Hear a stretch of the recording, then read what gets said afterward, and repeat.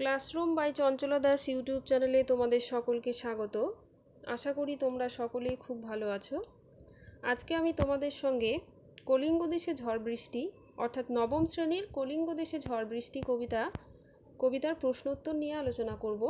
এর আগের ভিডিওতে আমি কবিতাটি নিয়ে বিশদে আলোচনা করেছি। তোমরা অবশ্যই এই ভিডিওটি ওপরে আই বাটন লিঙ্কে ক্লিক করে দেখে নেবে। তো চলো শুরু করা যাক আজকের কবিতা অর্থাৎ কলিঙ্গ দেশে ঝড় বৃষ্টি কবিতার প্রশ্নোত্তর পর্ব নিয়ে আলোচনা শুরু করা যাক। তো দেখো, আমি 3 রকমের প্রশ্নোত্তর নিয়ে আলোচনা করেছি। প্রথমে অতি সংক্ষিপ্ত প্রশ্নোত্তর, তারপরে ব্যাখ্যামূলক সংক্ষিপ্ত প্রশ্নোত্তর, তারপরে রচনাধর্মী প্রশ্নোত্তর। তো প্রথমে আছে অতি সংক্ষিপ্ত প্রশ্নোত্তর। তো 1 নাম্বার দেখো কি বলছে, কলিঙ্গ দেশে ঝড় বৃষ্টি কাব্যাংশটি কার লেখা, কোন কাব্যের অন্তর্গত? তো কলিঙ্গ দেশে ঝড় বৃষ্টি কাব্যাংশটি মধ্যযুগের কবি মুকুন্দরাম চক্রবর্তী রচিত অম্বিকা মঙ্গল কাব্যের অন্তর্গত।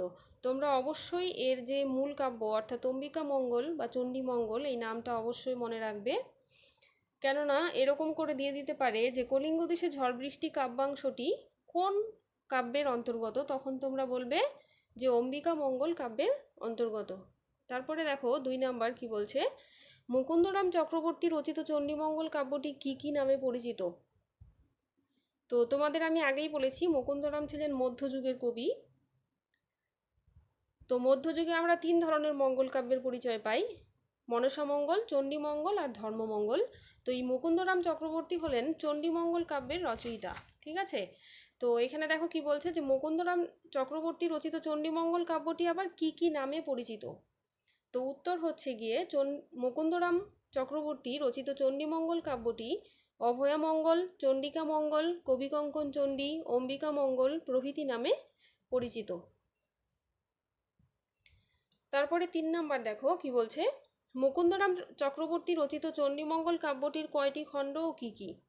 দেখো, আমি এই যে কবিতার কলিঙ্গ দেশে ঝড় বৃষ্টি কবিতাটি এর যে পূর্বসূত্র, মানে এর আগের ভিডিওতে আমি খুব সুন্দরভাবে আলোচনা করেছি এই যে খণ্ড, তারপরে মূল কাব্যগ্রন্থ, তারপরে কবি পরিচয় ইত্যাদি নিয়ে খুব সুন্দরভাবে আলোচনা করেছি। তো তোমরা অবশ্যই ওই আগের ভিডিওটা দেখলে বুঝতে পারবে, মানে সুবিধা হবে তোমাদের বুঝতে। তো এইখানে দেখো, মুকুন্দরাম চক্রবর্তী রচিত চণ্ডীমঙ্গল কাব্যটির 2টি খণ্ড, ঠিক আছে, একটা হচ্ছে আখেটিক খণ্ড আর একটা হচ্ছে বণিক খণ্ড। তো তারপরে দেখো 4 নাম্বার কি বলছে, কলিঙ্গ দেশে ঝড় বৃষ্টি চণ্ডীমঙ্গল কাব্যের কোন খণ্ডের অন্তর্গত? ঠিক আছে, বলছে যে কলিঙ্গ দেশে ঝড় বৃষ্টি চণ্ডীমঙ্গল কাব্যের কোন খণ্ডের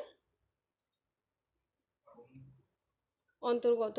তো তোমরা সব মনে রাখবে যে কলিঙ্গ দেশে ঝড় বৃষ্টি চণ্ডীমঙ্গল কাব্যের আখেটিক খণ্ডের অন্তর্গত। ঠিক আছে, তারপরে 5 নম্বর প্রশ্ন দেখো কি বলছে, তোমরা এর সেটা দেখো খুব সুন্দর করে বলছে, দেখিতে না পায় কেহ অঙ্গ আপনার, কলিঙ্গবাসী নিজেদের অঙ্গ দেখতে পাচ্ছে না কেন? ঠিক আছে, তো এখানে তোমরা কি বলবে যে চারিদিকের আকাশ মেঘে আচ্ছন্ন হওয়ায় সমগ্র কলিঙ্গ দেশ অন্ধকারে ঢাকা পড়ে, ফলে কলিঙ্গবাসী নিজেদের অঙ্গ দেখতে পাচ্ছেন না। তারপরে 6 নাম্বার দেখো বলছে, প্রলয় গনিয়া প্রজা ভাবয়ে বিষাদ। প্রলয় মানে নিশ্চিত ধ্বংস, গনিয়া মানে মনে করে, প্রজা ভাবয়ে বিষাদ। তো মন্তব্যটির অর্থ কি? চারিদিক মেঘাচ্ছন্ন হয়ে মুষলধারে বৃষ্টিপাতের সঙ্গে ঘন ঘন মেঘের গর্জনে প্রজারা সমূহ বিপদের আশঙ্কায় বিষাদগ্রস্ত হন। ঠিক আছে, তারপরে দেখো কি বলছে, বিপাকে ভবন ছাড়ি প্রজা দিল রর। কোন বিপাকে প্রজারা পালালো?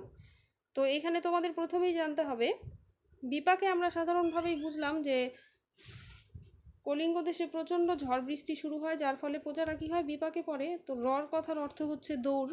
তো এখানে দেখো কি বলছে, মুষলধারায় বৃষ্টিপাতের সঙ্গে ভয়ঙ্কর ঝড়ের তাণ্ডবে আসন্ন বিপদের কথা ভেবে প্রজারা নিজেদের ঘরবাড়ি ছেড়ে পালান। তারপরের নাম্বার দেখো বলছে, প্রজা চমকিত। প্রজা চমকিত হলো কেন? বিধ্বংসী ঝড় বৃষ্টির তাণ্ডবে কলিঙ্গ দেশের সমগ্র প্রকৃতি ধুলোয় ঢেকে যায়। শস্য ক্ষেতের ফসল নষ্ট হওয়ায় প্রজারা চমকিত হয়। ঠিক আছে, তারপরে 9 নাম্বার দেখো, চারিদিকে মেঘে জল দেয় কারা? চারিদিকে মেঘে জল দেয় কারা? কলিঙ্গ দেশে প্রবল ঝড় বৃষ্টির সময় চারিদিকে মেঘে জল দিয়েছিল অষ্টগজরাজ, অর্থাৎ 8টি হাতিশ্রেষ্ঠ। তারপরে দেখো, জলধারার বর্ষণকে কিসের সঙ্গে তুলনা করা হয়েছে? জলধারার বর্ষণকে, অর্থাৎ জলধারার প্রবল বর্ষণকে করিকর অর্থাৎ হাতির সুর দ্বারা জল বর্ষণের সঙ্গে তুলনা করা হয়েছে। পথ হইল হারা, পথ কিভাবে হারালো? ঠিক আছে, প্রবল বৃষ্টিপাতে কলিঙ্গে প্লাবন সৃষ্টি হয়েছিল।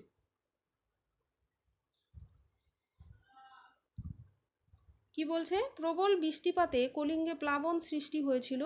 এর ফলে স্থলভূমি জলমগ্ন হয়ে পড়ায় পথ হারিয়ে যায়। কলিঙ্গবাসী কার কথা স্মরণ করেছেন? ঝড় বৃষ্টির সঙ্গে প্রবল বজ্রপাতের হাত থেকে রক্ষা পাওয়ার জন্য কলিঙ্গবাসী বজ্র নিবারক জৈমিনী ঋষির কথা স্মরণ করেছেন। কেন করেছেন তোমাদের আমি আগের ভিডিওতে খুব ভালো করে বুঝিয়েছি। দেখো, জৈমিনী হচ্ছেন ব্যাস, আমরা ব্যাসদেব বাল্মীকির কথা শুনেছি, সেই ব্যাসদেবের শিষ্য হচ্ছেন জৈমিনী।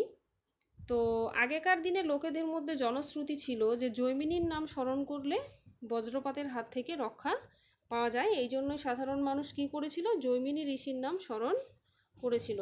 তারপরে 13 নাম্বার দেখো কি বলছে, গর্ত ছেড়ে কারা জলে ভেসে বেড়াচ্ছে? প্রবল বৃষ্টিপাতের ফলে কলিঙ্গ দেশ জলমগ্ন হওয়ায় গর্ত ছেড়ে সাপ জলে ভেসে বেড়াচ্ছে। যদিও কবিতায় এর নাম আছে ভুজঙ্গ। ঠিক আছে, তো ভুজঙ্গ কথার অর্থ হচ্ছে সাপ, অর্থাৎ সাপ জলে ভেসে বেড়াচ্ছে। তারপরে বলছে, কলিঙ্গ দেশে কতদিন টানা বৃষ্টিপাত হয়েছিল? কলিঙ্গ দেশে টানা 7 দিন প্রবল বৃষ্টিপাত হয়েছিল। 15 নাম্বার দেখো, বলছে চণ্ডীর আদেশে বীর হনুমান কি করেছেন? দেবী চণ্ডীর আদেশে বীর হনুমান কলিঙ্গ দেশের সমস্ত মঠ অট্টালিকা ভেঙে খান খান করেছেন বা অট্টালিকা ধ্বংস করেছেন। ঠিক আছে, খান খান আমি কবিতার ভাষা ইউজ করলাম, তোমরা কবিতাটা খুব ভালো করে পড়বে আর আগের ভিডিওটা অবশ্যই দেখবে। ঠিক আছে, তাহলে বুঝতে পারবে। তো তারপরে 16 নাম্বার দেখো কি বলছে, কবি কঙ্কন কার উপাধি? তো কবি কঙ্কন হচ্ছে কবি মুকুন্দ চক্রবর্তীর উপাধি। তো দেখো, ওনার নাম হচ্ছে কবি কঙ্কন মুকুন্দ চক্রবর্তী। কবি কঙ্কন হচ্ছে ওনার উপাধি, আর মুকুন্দ হচ্ছে নাম, আর চক্রবর্তী হচ্ছে কৌলিক পদবী। ঠিক আছে, তো এরপরে দেখো ব্যাখ্যা ভিত্তিক সংক্ষিপ্ত প্রশ্ন উত্তর। কি বলছে? দেখিতে না পায় কেহ অঙ্গ আপনার, কারোর অঙ্গ দেখতে না পাওয়ার কারণ কি? ওই বারবার একই উত্তর। ঠিক আছে, হঠাৎ ওই কলিঙ্গ দেশে, তো তোমরা এখানে যখনই শুরু করবে তখন কি করবে, ভালো করে লিখবে যে কবি কঙ্কন মুকুন্দ চক্রবর্তীর লেখা কলিঙ্গ দেশে ঝড় বৃষ্টি কাব্যাংশে হঠাৎই কলিঙ্গ দেশে ভয়াল প্লাবনের আশঙ্কা দেখা দেয়। আকাশ ঘন কালো মেঘে ছেয়ে যায়, কালো মেঘের বুক চিরে ঘন ঘন বিদ্যুতের ঝলকানি দেখা যায়।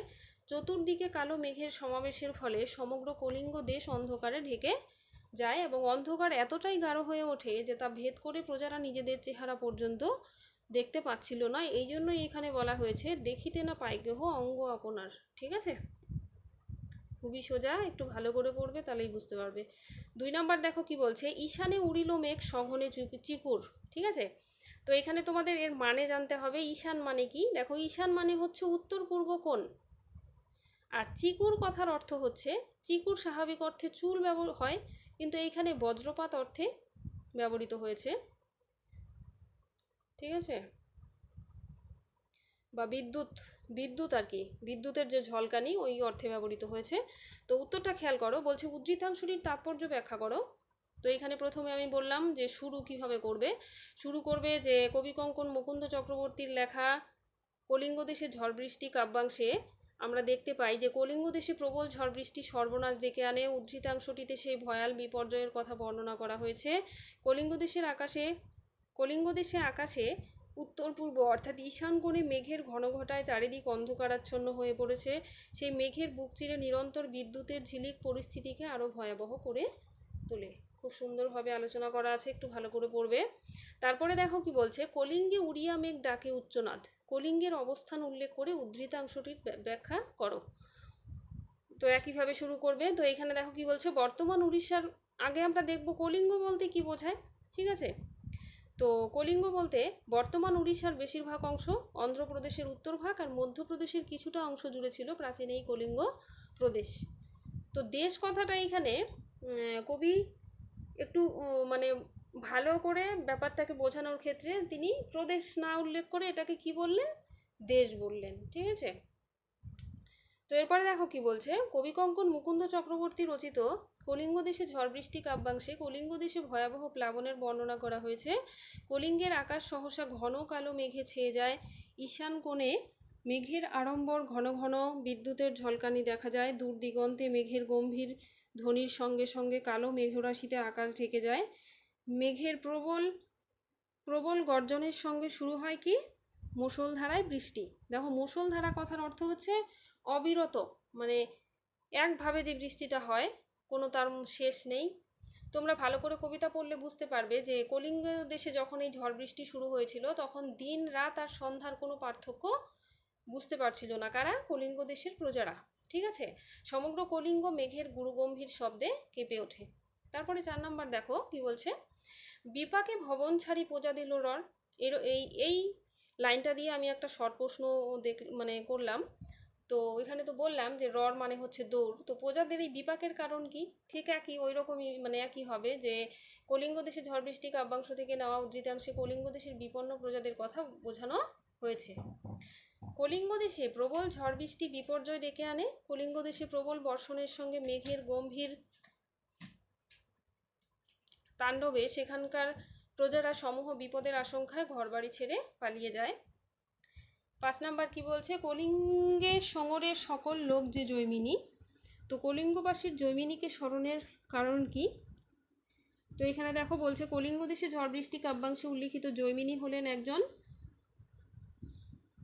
এখানে বা সিদ্ধ আছে, এটা বাক সিদ্ধ হবে, হ্যাঁ কটা মনে হয় এসে হয়ে গেছে, যাই হোক ভালো করে এসে করে নেবে, এক বাক সিদ্ধ ঋষি, এনার নাম স্মরণ করলে বজ্রপাত বন্ধ হয় এই বিশ্বাসে বজ্রপাতের সময় মানুষ এর নাম কীর্তন করে। কলিঙ্গ দেশের আকাশে হঠাৎ ঘন কালো মেঘের সমাবেশ ঘটে, আকাশ ভাঙা মেঘ বৃষ্টি নামে মুষলধারায়, মেঘের গম্ভীর গর্জন, ঘন ঘন বজ্রপাত, ঝড়ের প্রবল তাণ্ডবে ভীত কলিঙ্গবাসী এই ভীষণ বিপদ থেকে উদ্ধার পাওয়ার আশায় জৈমিনীকে অর্থাৎ জৈমিনী ঋষিকে স্মরণ করতে থাকে। এরপরে দেখো দুটো রচনাধর্মী প্রশ্ন আছে, আমি রচনাধর্মী প্রশ্নটা আর আলোচনা করব না, জাস্ট প্রশ্ন দুটো আমি বলে দিচ্ছি, তোমরা আমি জাস্ট প্রশ্ন দুটো বলে দিচ্ছি, ঠিক আছে। তো দেখো এখানে একটা প্রশ্ন হচ্ছে গিয়ে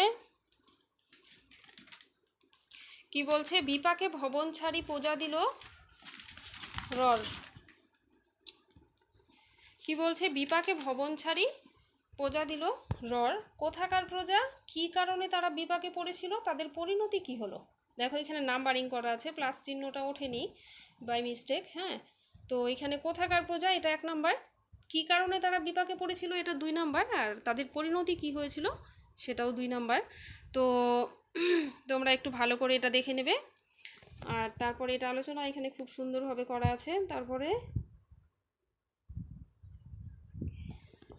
তো তারপরের নাম্বারটা দেখো, কলিঙ্গে যে প্রাকৃতিক বিপর্যয় ঘটেছে তার বর্ণনা দাও, অথবা কলিঙ্গ দেশে ঝড় বৃষ্টি কবিতায় প্রলয়ের যে ছবি ফুটে উঠেছে তা আলোচনা করো, অথবা কলিঙ্গ দেশে ঝড় বৃষ্টি কবিতায় কলিঙ্গে যে প্রাকৃতিক বিপর্যয় ঘটেছিল তা কিভাবে কলিঙ্গবাসীর জীবনকে বিপন্ন করে তুলেছিল তা বুঝিয়ে দাও।